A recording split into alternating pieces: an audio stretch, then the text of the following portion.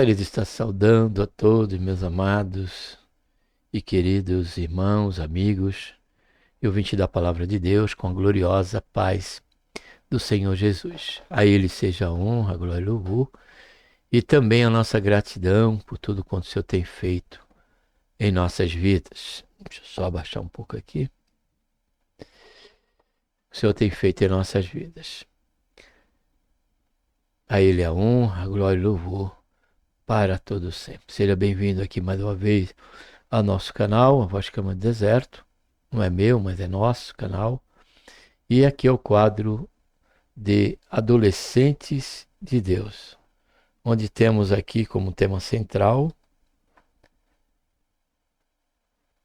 grandes cartas para nós, que vai estar falando aí das cartas, né, do Novo Testamento, e que foram escritas para nós, ainda que tinha o seu destinatário ali na época em que foram escritas. E o tema desse momento, nós vamos estar considerando, conhecendo o conteúdo, é claro, cujo tema é Aprendendo com a Carta de Tiago. Okay? Ou seja, qual a lição que a carta de Tiago nos transmite. Deixa eu só fazer uma coisa aqui. Vamos estar orando agora, tá bom? Pai, em nome do Senhor Jesus, nos colocamos, Senhor, na tua santa, gloriosa presença, pedimos perdão, Senhor, nossos pecados temos cometido. Queremos te agradecer, Senhor, por esta tão grande salvação, pelo nosso nome está escrito no livro da vida, pela esperança, Senhor, que temos, que a qualquer momento o Senhor de vir nos buscar. E durante o tempo que aqui ainda estivermos, como deste momento, ó Pai, vai nos abençoando, nos dando direção, nos dando graça, fazendo compreender além, Senhor, do conteúdo que aqui vamos estar conhecendo, da próxima lição dominical, destinada às classes dos adolescentes. Mas por extensão, certamente, tanto é útil para os jovens como para cada um de nós, que prezamos, ó Pai, pela Tua Palavra. Nos concede a iluminação, a sabedoria do alto, para não só compreendermos, ó Pai, mas para vivermos na prática. Mas já viste aqui o tema, principalmente desse momento, é aprendendo com as cartas de Tiago. Por isso, ó Pai, que nós possamos sair, Senhor, da área de conforto ou apenas sair da área apenas do depósito, ó Pai, do conhecimento, mas que eles possam ter a sua extensão na nossa vida diária, no dia a dia. É isso que nós vamos conhecer, o que nós, diante do que aqui nos traz o nosso professor, ó Pai, qual serão as lições que aprendemos com a carta de Tiago? Vamos conhecer agora, nos ajuda durante esse momento. É o que nós pedimos, ó Pai, já te agradecemos por tudo. Em nome do Senhor Jesus. Amém.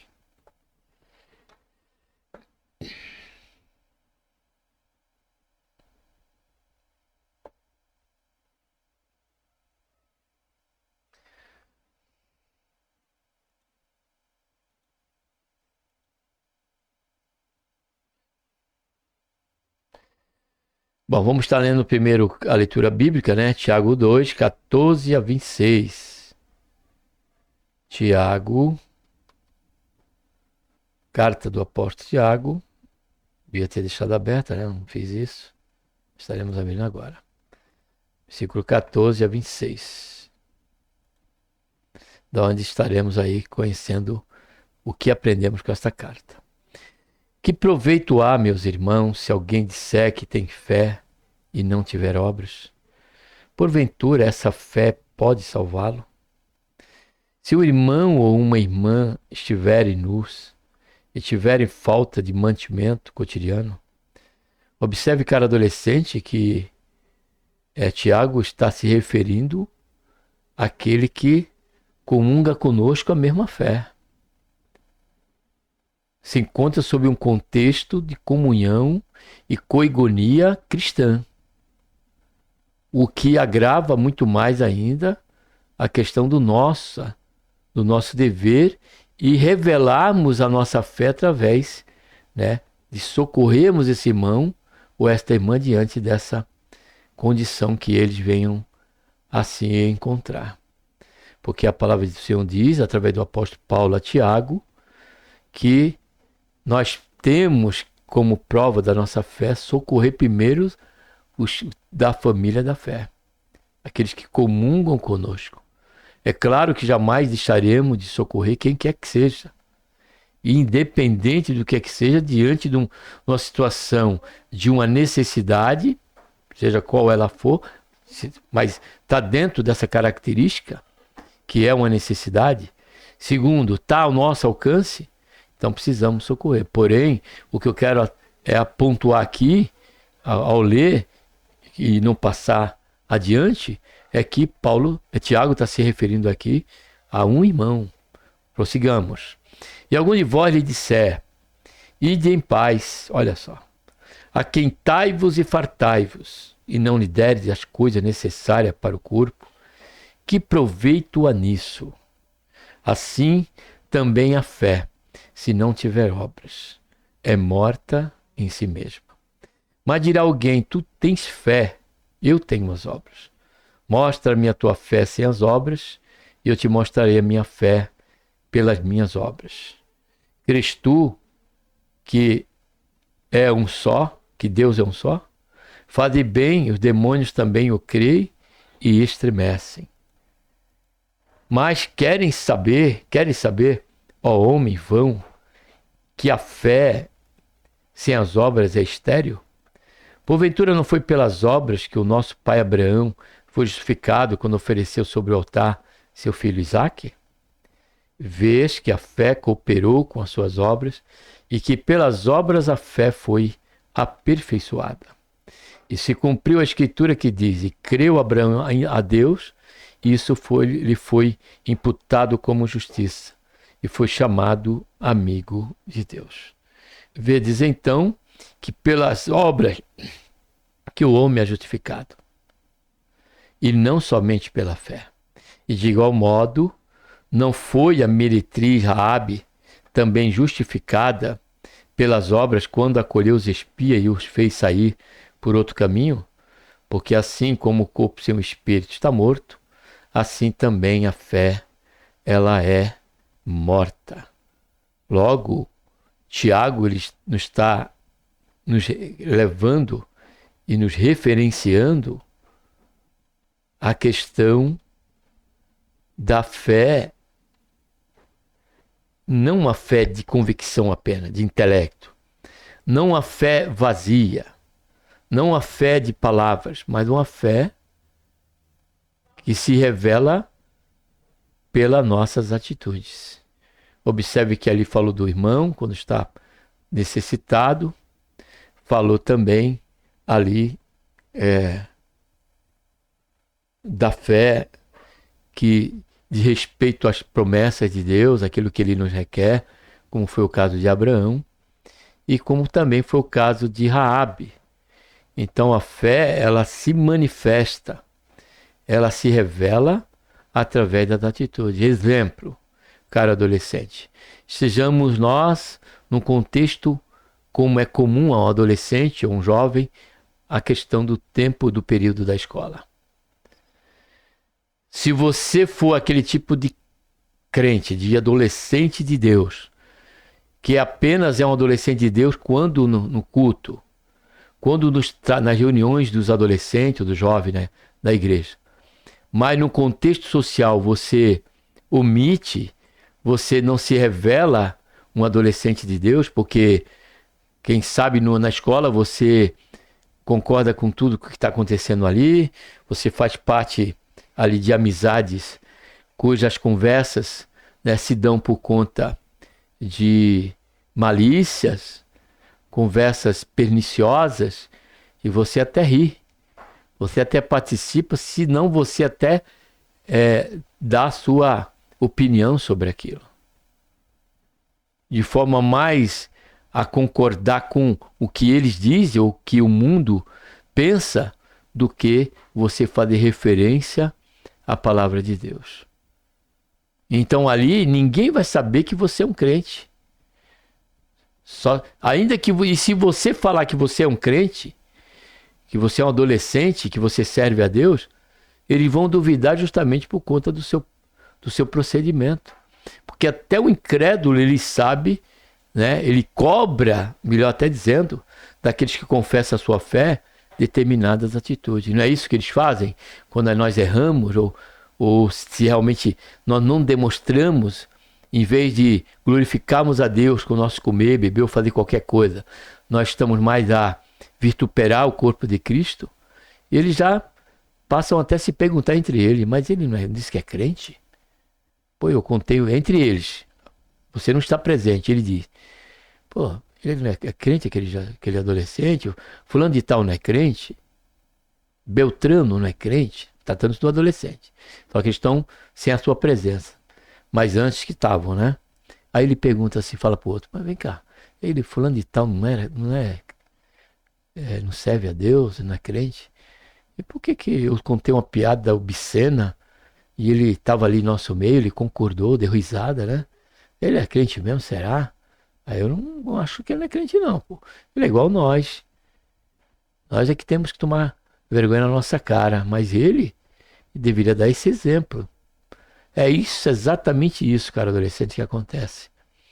É exatamente desta questão de testificar nossa fé em que nós aprendemos aqui com a carta de Tiago. Tiago, ele nos traz uma avaliação e uma conclusão nossa sobre algo que é até lógico, que está dentro do campo mais da lógica do que do antagonismo. É o que ele pergunta, a primeira pergunta dele.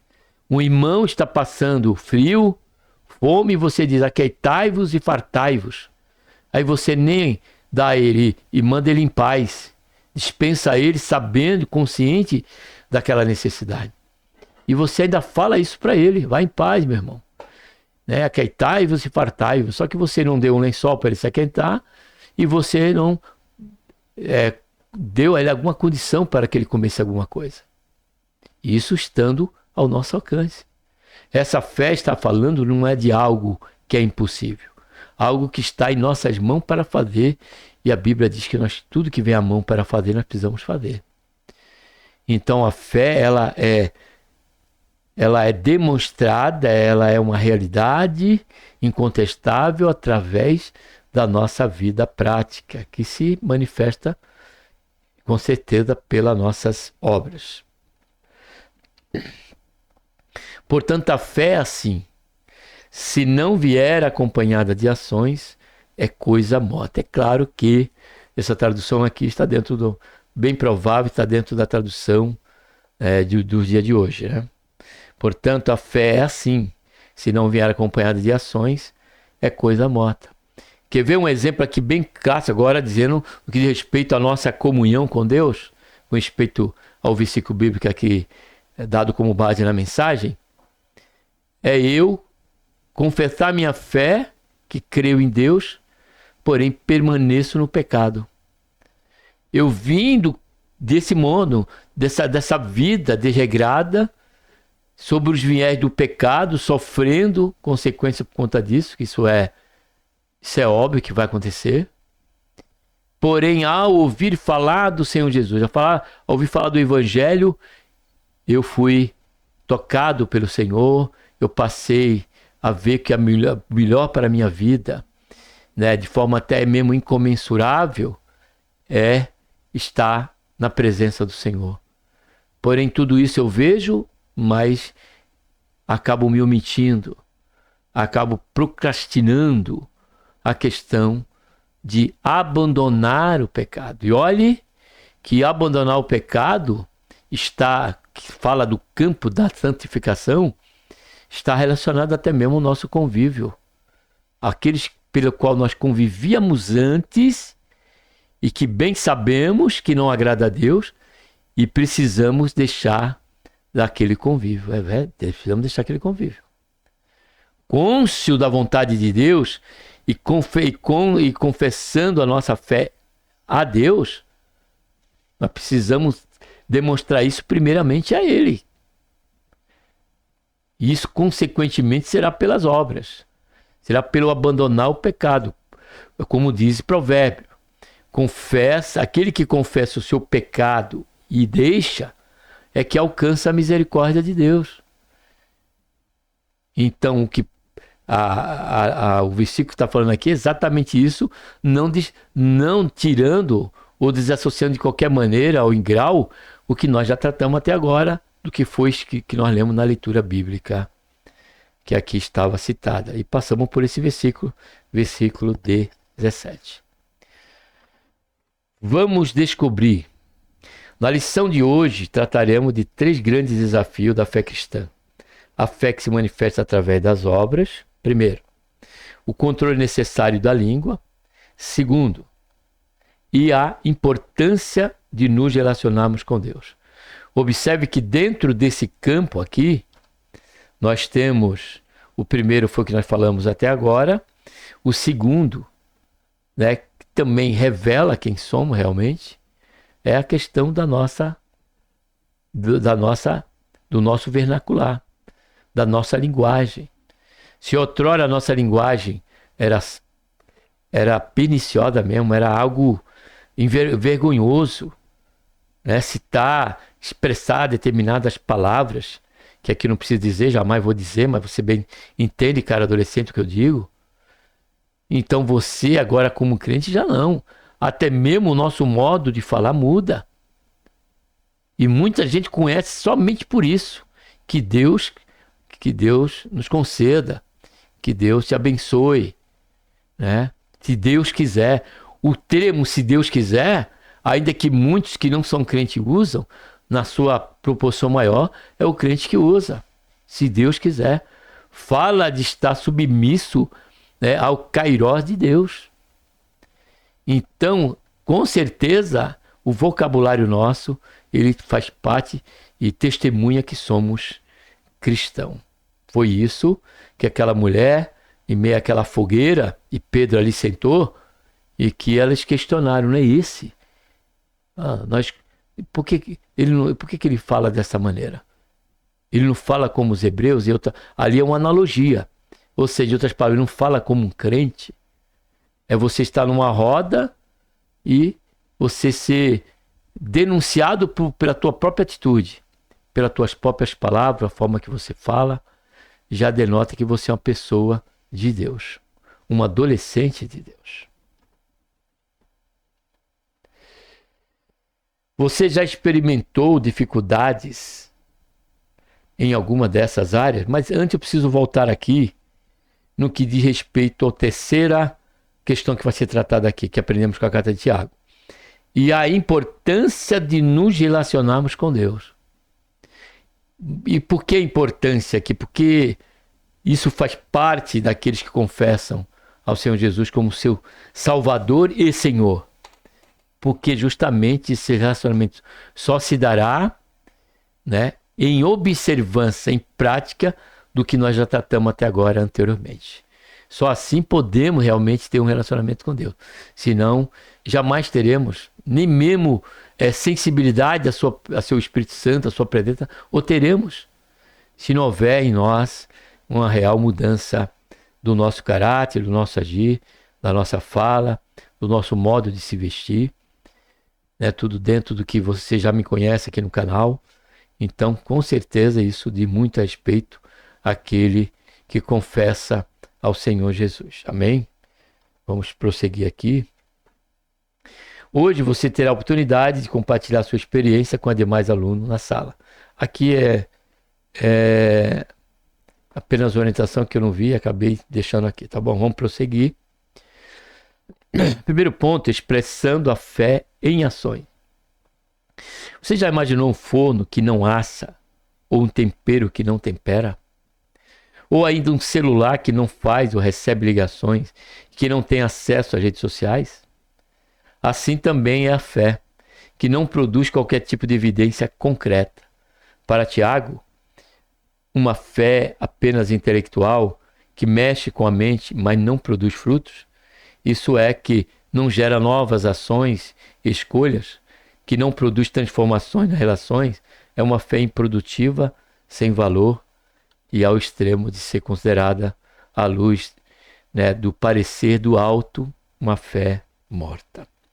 Precisamos fazer algo mais do que dizer que cremos em Jesus. Verdadeira fé em Cristo combinará necessariamente confiança profunda em Deus e frutos perceptíveis na vida do cristão. As obras funcionam como uma prova visível da nossa salvação. E quando feitas com a motivação certa, glorificam ao Pai Celestial. A referência anterior ali, Mateus 5, 34 e 40, fala justamente quando Jesus fala da separação da ovelha com o lobo, e ele faz essa comparação quando ele revela que aqueles que são ovelhas são aqueles que, vendo a pessoa passar frio, né, passar fome, e ali vestiu, e ali deu alimento, a esses são o que ele separaria como ovelha, ou seja, aquele que realmente está sob o caráter da submissão e vontade de Deus, vivenciando e praticando, né, e dando sentido real à sua confissão pública de que serve, de que confia e serve a Deus. Paulo esclarece a relação entre a salvação e as obras,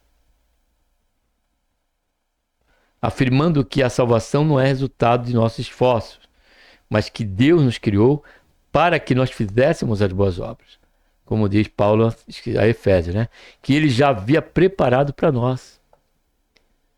Porque há muitas obras, caro adolescente, que até mesmo uma pessoa de bem, ainda que não seja crente, ou até mesmo uma pessoa que não seja do bem, né, que acabam praticando obras boas. Obras que, dentro de um conceito moral, são obras boas. Porém, as que Deus preparou para nós, ela é inconfundível sobre o caráter de testemunhar, de levarmos a testemunhar nossa fé a Ele. Testemunharmos a nossa fé a Ele. Um exemplo bem assim, não sei se superficial ou não, ou dependendo da sua proporção legal, por exemplo, a pessoa vê a pessoa necessitada e simplesmente vai lá, vê que ela precisa de uma roupa, vai lá e dá uma roupa. Vai lá, está precisando de comer, do que aquela obra que o Senhor preparou. A diferença do que confessa a Deus e vive a fé em Deus, sua fé em Deus, ela vai demonstrar, além de suprir esse recurso, ela vai revelar empatia por aquela pessoa. Ela vai gerar nela um interesse de subsidiar aquela pessoa, levando ela a uma questão boa de recuperação àquela situação, como também ela vai encaminhá-la, né, para conhecer a Deus. Louvado seja, engrandecido seja o nome santo do Senhor. Essas obras que Deus preparou são obras que o crente pratica e que de forma inconfundível, né, passa desapercebido ou deixa qualquer dúvida de que ele é um servo do Senhor.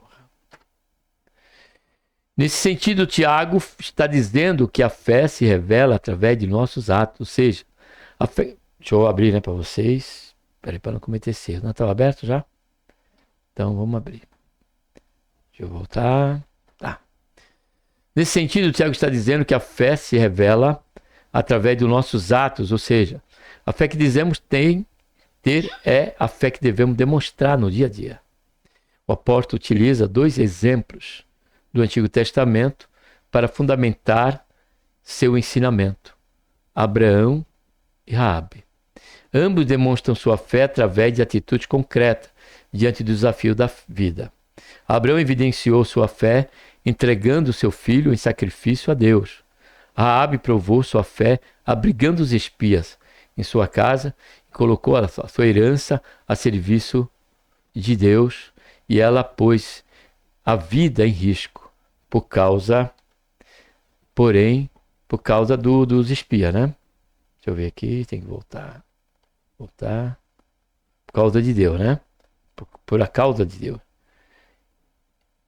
E eu queria só, antes de continuarmos, acrescentar que as obras que Deus preparou para nós também é questão relacionada até mesmo a terceira consequência que nós estaremos aprendendo aqui mais para frente é a do nosso relacionamento com Deus, que envolve as obras qual?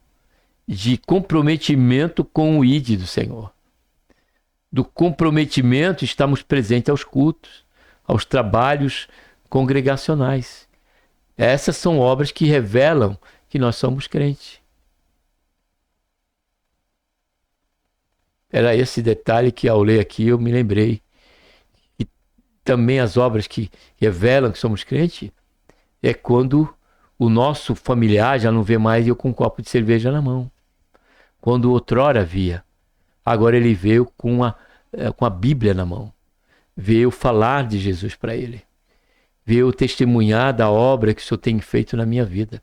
Porque, como Paulo diz aqui, como diz o texto que nós já lemos aqui anteriormente, não que isso vai nos conduzir a um conceito de mérito e salvação, mas sim consequência dela. As obras nós praticamos pela consequência da salvação e não para a consequência da salvação, e sim consequência dela. Porém, os dois, voltando aqui, deixa eu consultar aqui para não cometer, como eu já cometi algumas vezes, porém os dois fizeram suas escolhas por causa da fé que tinham no Deus verdadeiro. Faça uma autoavaliação. O seu comportamento condiz com sua fé em Cristo? Eu queria aqui parar e voltar à questão, principalmente de Abraão, cara adolescente. Porque Deus pediu o que para Abraão? Para sacrificar Isaque.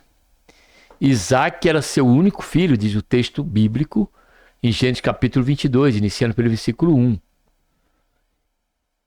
Ou seja, essa fé de Abraão, nós aprendemos com o exemplo aqui dado por Tiago, que a nossa fé a Deus envolve resignação, envolve sacrifício. Quantos que confessam a sua fé em Deus, mas não move uma palha com respeito às obras junto ao ID de nosso Senhor Jesus Cristo e tantas outras áreas. Não tem qualquer comprometimento. E se por acaso passar por algum aperto, já quer abandonar a sua fé. E se o Senhor tirar alguém, né, do seu convívio que ele ama, não, até mesmo não precisa nem ser ao nível de Abraão amava a Isaque, que era o seu único filho. Imagine o grau do amor que Abraão tinha por Isaque. Mas ele, ao ir sacrificar Isaque, ele demonstrou um ato de confiança em Deus. E muito mais do que isso, ele demonstrou a Deus que Deus estava sob um caráter de valor incomensurável e mais alto do que os próprios afetos que ele nutria no que diz respeito à sua família e especificamente, no caso dele, deste episódio, do seu filho Isaque. Então aqui temos mais uma questão que envolve a necessidade da manifestação das obras, que é uma vida de entrega, né, à causa do Evangelho, à causa de Deus, como fez também Raabe. Algo precisa ser mudado? Permita que sua fé seja evidenciada através de obras concretas na sua vida diária, através de suas palavras, escolhas, olha só, e amizades. Foi aí que eu falei do último, né? Questão de convívios que tem. Não é, observe bem, é que eu não corrigi lá, ou não abri um parênteses, mas vou abrir aqui. Não é que você vai ter abandonar aqueles colegas, né? Desprezar e ignorá-los, né? Não é isso. Você não vai poder conviver com aquele tipo de relacionamento e você vai falar para eles, explicar para eles por quê. Porque eles vão notar a sua falta. Eles vão questionar você por que você não quer ir mais para tal lugar, que outrora ia com ele, a exemplo, um baile, né? A exemplo, uma reunião numa cervejaria para tomar uma cerveja, comer um petisco. E tantos outros lugares que você já não mais desejará ir, você não vai querer mais ir. Isso está em você, pela fé que é real em sua vida. Porque a fé fala de um relacionamento com Deus, explicitamente e essencialmente. Porém, você vai tratar bem. Ele continua sendo aquele seu colega, o Marcos, aquela sua amiga Rebeca, aqui é um exemplo apenas. Mas você só vai tratar bem como qualquer um que nós temos que tratar bem. Porém, aquela convivência, nós já não mais poderemos conviver, e pode ter certeza, como foi dito, eles mesmos vão entender isso, que você já não pode participar mais, porque você está nos caminhos do Senhor. E creia que essa fé, esse ato e esta obra de fé, essa manifestação da sua fé através dessa atitude, com respeito às amizades, vai ser algo a beneficiar a eles, a criar ali algo na sua cabeça, né? Brasa sobre a sua cabeça, eles vão estar inquietos. Aquilo, mais cedo ou mais tarde, vai incomodar eles. O fato de você ter parado de praticar aquilo, sabendo eles que foi por conta de você ter se voltado para Deus, se arrependido dos seus pecados. Isso eu dou para você, caro adolescente, uma certeza, não por ser um aferidor, mas como testemunho que eu tive quando, no meu exercício na profissão da Polícia Militar, da minha conversão. Quando deixei de fazer aquilo que não deveria e passei a pregar até mesmo, a explicar porquê e pregar o nome do Senhor Jesus para aqueles meus colegas. E só foi questão de tempo, porque eu não dissimulei a minha fé. Eu não me demonstrei ser superficial a minha confissão de fé para aquele corpo de colega da Polícia Militar que convivia comigo e sabia quem eu era. E passei a não ser mais quem eu era. Vai ter a crítica, vai ter a condenação, vai ter o julgamento. Tudo isso são etapas e obstáculos que precisamos romper eles. Mas permanecer firme no Senhor. E que foi a conclusão? Aí volte e meia, ou só falando de tal, está servindo ao Senhor, falando, ciclano. Aí vejo pelo Facebook, pessoas que já na época ainda estavam no pecado, agora hoje já não estão servindo ao Senhor, já estão até tendo um ministério dado pelo Senhor. Louvado seja, engrandecido seja o nome santo do Senhor. Então entenda que isso será de benefício, né? Testemunharmos a nossa fé será de benefício tanto para nessa categoria aqui, nesse meio social nosso, como para a nossa própria família. Como foi o caso do meu irmão, da minha sobrinha e tantos outros da nossa família que já estão servindo ao Senhor Jesus por uma decisão pessoal, individual e própria. Então, permaneça firme.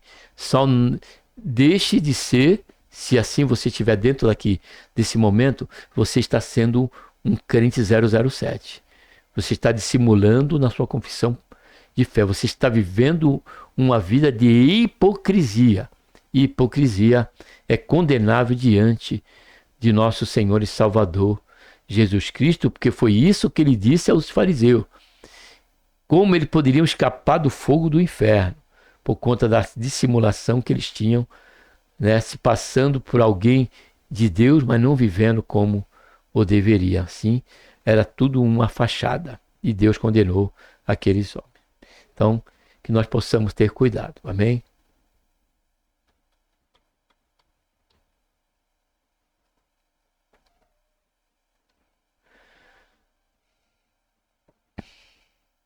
Viva para a glória de Deus. Então, escolhas, palavras, né, que já falamos.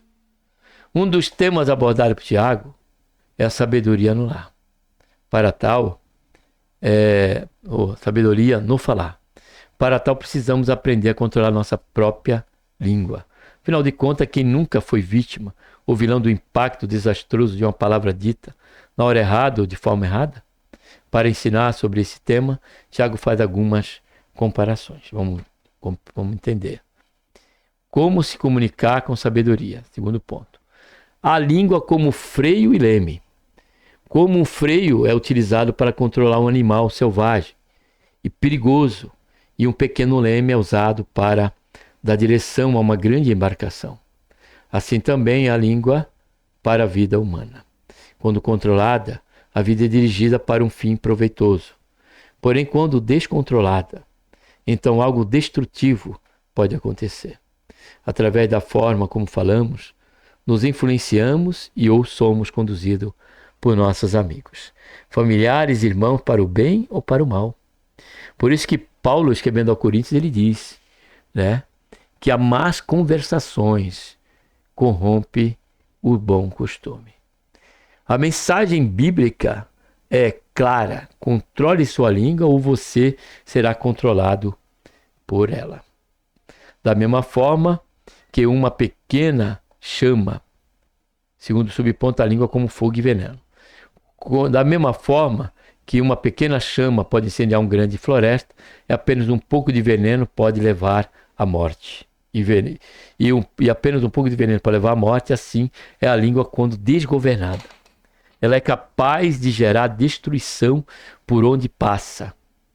Aqui temos um exemplo claro dentro das escrituras, caro adolescente, quando olhamos o caso de Doeg, capítulo 21, se eu não estiver enganado, e 22, de 1 Samuel. Quando ele denuncia Davi, né, quando Saul pergunta entre os seus comandados, né, se estariam eles compartilhando, né, fazendo corpo com a fuga de Davi, e ali se manifestou Doeg, que outrora estava no meio do templo, em que Davi entrou em fuga de Saul e pediu auxílio a Aimeleque, o sacerdote daquela oportunidade. E nessa ocasião de Saul, ele distorceu, ele difamou e deixou a entender pelas suas palavras que o próprio sacerdote, corpo sacerdotal ali, de Nod, estava compactuando com Davi, quando não foi. Aimeleque prestou socorro a Davi pela persuasão enganosa também de Davi, alegando que estava a serviço do rei Saul.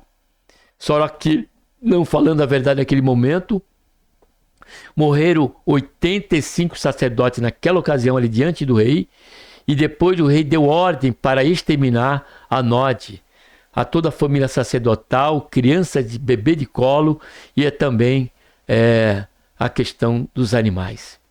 Observe a consequência das palavras de Doeg. Causou uma palavra mentirosa, usou a língua de forma, né, imprudente, de forma perniciosa, porque procurava o agrado do rei, ao buscar falar tudo aquilo que não era uma realidade. Então, logo, isso não só remete à questão do nosso cuidado com a língua no que falar, como também a questão da mentira e tantas outras questões, difamação, né? Então, esse exemplo de Doeg, como tantos outros que poderíamos ter, transmite claramente essa grandeza, essa hiperbole aqui que Tiago traz, que é como uma pequena chama, né, causa um grande estrago em uma floresta. E uma gotinha de veneno pode também levar, como já tem levado muitos, à morte. Então eu trago aqui para você, adolescente, esse exemplo. Você pode estar lendo o texto depois e vendo. Assim nós precisamos ter cuidado com o que falamos. Porque até mesmo da forma que falamos, ela pode ter várias vertentes interpretativas. É aí em que reside, né, o perigo. Então que o Senhor possa nos dar sabedoria para falarmos como convém e com propriedade, não deixando qualquer dúvida e nem margem a qualquer uma segunda ou terceira interpretação. Cuidado com a língua, não permita que ela seja utilizada para propagar ódio, preconceito, calúnia, inveja, qualquer outro pecado, como aqui fiz menção. Terceiro subponto, a língua como fonte e árvore. Tanto a fonte de águas quanto a árvore frutífera são abençoadoras. Como a água ao sedento e fruto ao faminto, assim a palavra apropriada compartilhada na hora certa. Você já recebeu uma palavra, um conselho abençoado? Você também pode ser usado por Deus dessa maneira. Não é por acaso que a Bíblia diz: o que você diz pode salvar ou destruir uma vida.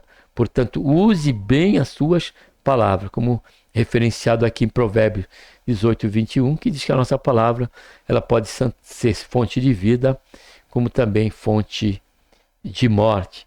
E também Salomão trata muito disso aí em Provérbios, dessa importância do controle da língua, quando ele chega a comparar a palavra dita a seu tempo, é como uma salva de prata, maçã de ouro em salva de prata. Também Paulo, escrevendo a Colossenses, diz que nós devemos falar palavras, né, que venham a ter temperada com sal, palavras que venham a edificar a vida daqueles que nos ouvem. A carta de Tiago diz que quem quiser ser amigo do mundo se torna inimigo de Deus. Ele também aponta que, caso estejamos dispostos a ser verdadeiros amigos de Deus, precisamos nos comprometer com 4 atitudes. Vamos conhecê-la? Pois estamos tratando do tema Aprendendo com Tiago, com a carta de Tiago, né? E agora estamos entrando no terceiro ponto, atitude de adolescentes vitoriosos. Submeter-se a Deus e conhecendo sua autoridade, nada e nem ninguém pode assumir o trono que pertence a Deus em sua vida. E se ele está se referindo a adolescente, é claro, deixa eu ver se está com vocês aqui, tá? É claro, adolescente, que isso inclui nossos pais, nossos professores, nossos amigos mais íntimos. A palavra de Deus está acima de qualquer um desses, dependente da afinidade, né, e do estreitamento. Como diz Paulo escrevendo ao Efésio, para que sejamos obedientes a nossos pais no Senhor. Se meu pai vem me dar um copo de cerveja para beber, eu vou falar: não, pai, não vou beber. Não, Deus não se agrada. É assim. E ele com certeza vai entender.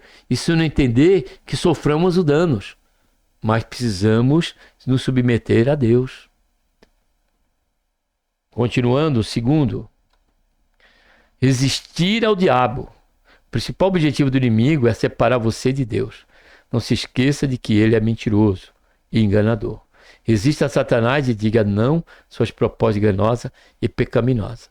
Aqui reside, né? E não posso passar desse segunda lição nossa aqui, se não deixar claro aqui, caro jovem, que essa condição para resistirmos ao diabo só a teremos e seremos eficazes se a palavra estiver em nós.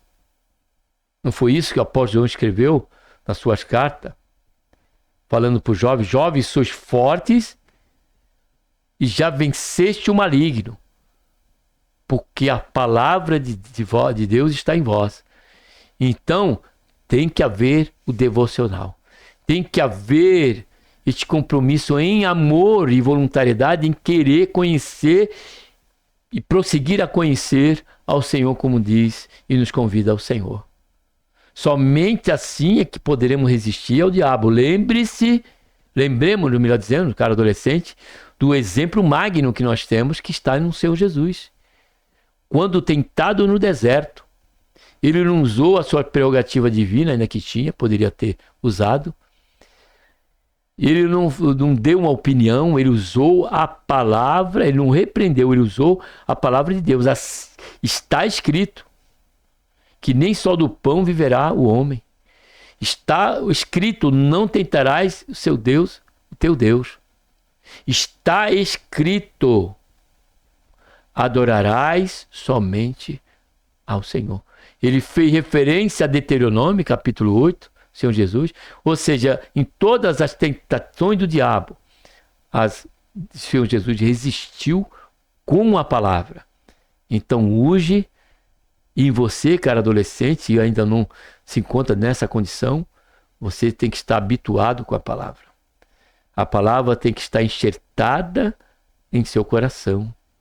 E, por certo, as palavras de João será um fato em sua vida. Sois jovens, sois fortes e já venceste o maligno, porque a palavra de Deus está em vós. Continuando.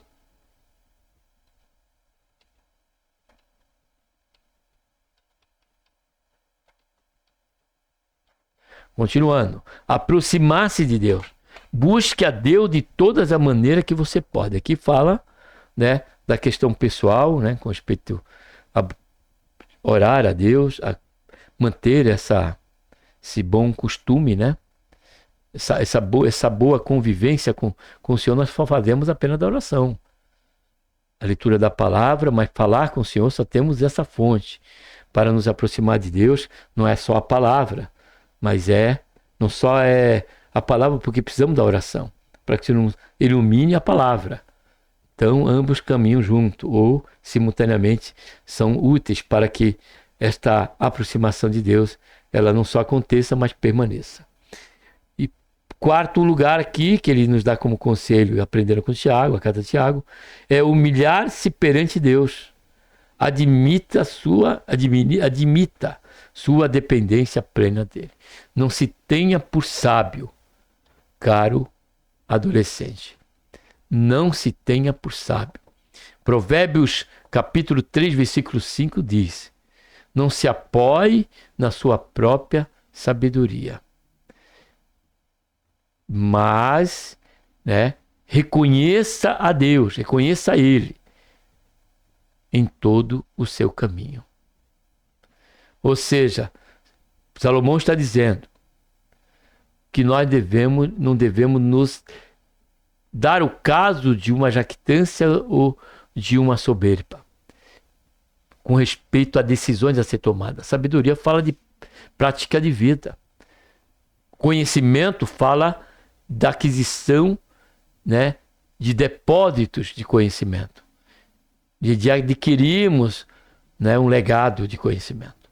Sabedoria fala da prática, do conhecimento na prática.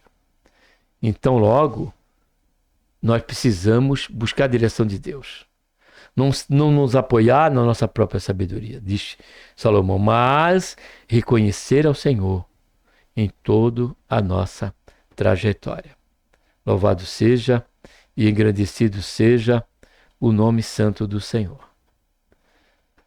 Vamos prosseguir. Concluindo, glória a Deus, mostrar a fé através das obras é o compromisso básico de todo cristão. Uma vida sob o controle do Espírito Santo tem frutos no falar, no agir e nos relacionamentos. Lembre-se, e que não se restringe só a esses, tá bom? Tem outros, mas aqui o professor quis tratar aqui dos conceitos, dos pormenores aqui, né, resumindo, em que podemos aprender com a carta de Tiago, o que nós vimos até aqui dentro deste conteúdo. Lembre-se, você é sal da terra e luz do mundo. Que Deus, por intermédio de Cristo Jesus, nos abençoe e um abraço a todos. E até a próxima programação, caro adolescente, caro jovem. Vamos estar agora orando. Pai, em nome do Senhor Jesus, nos colocamos, Senhor, na Tua santa, gloriosa presença. Queremos Te agradecer por esse momento que até aqui ficamos, ó Pai, conhecendo não só o conteúdo, mas recebemos de Ti algo mais para estarmos aqui refletindo.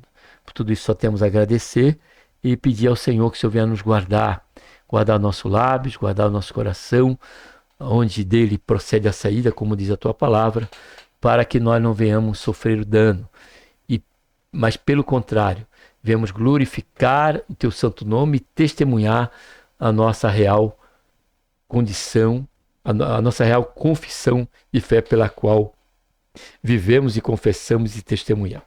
Em nome do Senhor Jesus, ó Pai, é que nós pedimos e pedimos a Tua bênção pela vida, Senhor, de cada jovem, de cada adolescente, de cada jovem.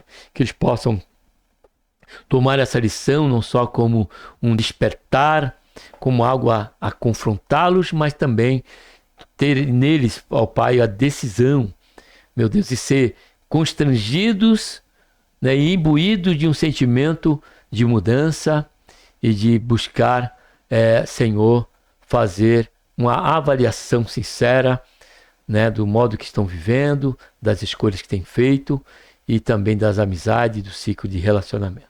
Faz isso, ó Pai, é o que nós pedimos, Senhor, já te agradecemos por tudo, em nome do Senhor Jesus. Amém.